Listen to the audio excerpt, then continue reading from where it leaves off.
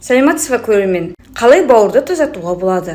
Бүгінгі видеом осы тақырыпта болмақ. Денсаулыққа пайдалы видеоларымды өткізіп алмас үшін каналыма тіркеліп лайк басуды және достарыңызбен бөлісуді ұмытпаңыз. Бұл видео ақпараттық негізде, сондықтан кез келген халық емін қолданбас бұрын дәрігермен кеңесіңіз.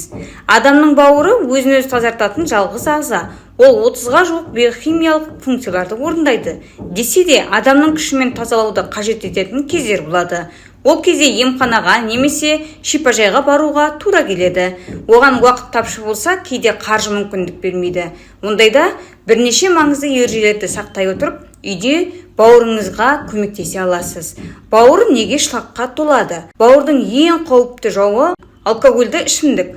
Оның құрамындағы этил спирті ақуыздардың синтезіне, көмірсулардың өзгеруіне және эндогендік компоненттердің жойылуына жауап беретін дене жасушаларын бұзады. Осыған байланысты бауырда созылмалы қабыну пайда болады. Кей жағдайда токсикалық улану мен дәрі-дәрмектің әсерінен де бауыр ауырады. Дұрыс емес тамақтануды әсер етеді. Сіз шамадан артық тамақтансаңыз, майлы және тәтті тағамдарды жесеңіз, қарныңызды фастфудпен тойдырсаңыз, онда бауырға салмақ түседі.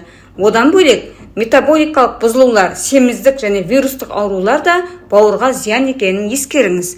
Отырықшы өмір салты да бауырдың жұмысын бұзатынын біле жүріңіз. Бауырдың шлакқа толғанын қалай білеміз?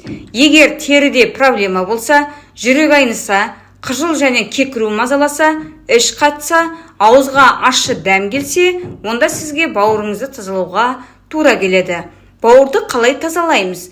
Бауырды тазарту үшін дәрігерлер дәрі-дәрмек тағайындайды, арнайы диета ұсынады. Ал егер үй жағдайында бауырды шлактан, токсиннен тазартуды таңдасаңыз, онда мына кеңестерді орындаңыз. Дұрыс тамақтану.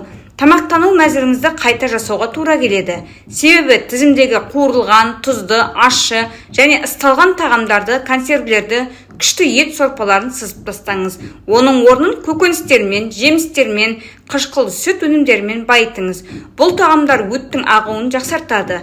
Бауырға пайдалы азықтар: көкөніс, кәді, қырыққабат түрлері, асқабақ, қояншөп пен қызанақ, көктер, аскөк, ақжелкен, цитрусты жемістер: грейпфрут, апельсин, лимон, жеміс-жидек, алма, банан, құлпынай, інжір, жарма, кебек пен сұлы, өсімдік майы, күнбағыс, зығыр, зәйтүн және жүгері майы, сүт өнімдерінен ірімшік, қаймақ, көкөніс шырындары, сәбіз, қызылша және қияр бауырға өте пайдалы.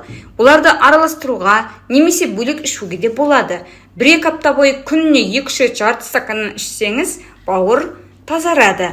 Бауырды тазартуға арналған пайдалы кеңестер: көбірек су ішіңіз, суға лимон қосыңыз. Су мен лимон шырыны бауырды токсиндер мен қалдықтардан, шлактардан тезірек арылуға ынталандырады. Тағамға сарымсақ пен пияз қосыңыз. Сарымсақ пен пияздың құрамында ағзадағы шөгінділерден майды ыдырататын, сонымен қатар бактериялар мен саңырауқұлақтарды ағзадан шығаруға көмектесетін заттар бар. Ошаған шөбін демдеп, шай ретінде ішіңіз, немесе осы өсімдіктің сығындысының суға қосып ішіп жүріңіз.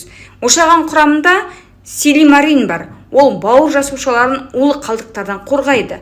Сонымен қатар глютатионның бауырдан токсиндердің шығарылуын қамтамасыз ететін антиоксидант жойылуына жол бермейді. Кімге бауырды тазалауға болмайды? Холецистит, панкреатит және гепатит кезінде бауырды тазалауға тыйым салынады. Оған қоса жүкті және емізулі әйелдерге жасауға болмайды. Дәрігерлер қызба және жүйке аурулары, қант диабеті, жұқпалы және вирустық аурулары бар адамдарға да бауырды тазалауға рұқсат етпейді. Ендеше ауруды асқындырып алудан сақ болыңыз. Бүгінгі видеом осындай. Видеоны ұнаса лайк басып пікір жазуды және достарыңызбен бөлісуді ұмытпаңыз. Денсаулығыңыз, байлығыңызды ұмытпаңыз. Келесі видеоға дейін сау болыңыз.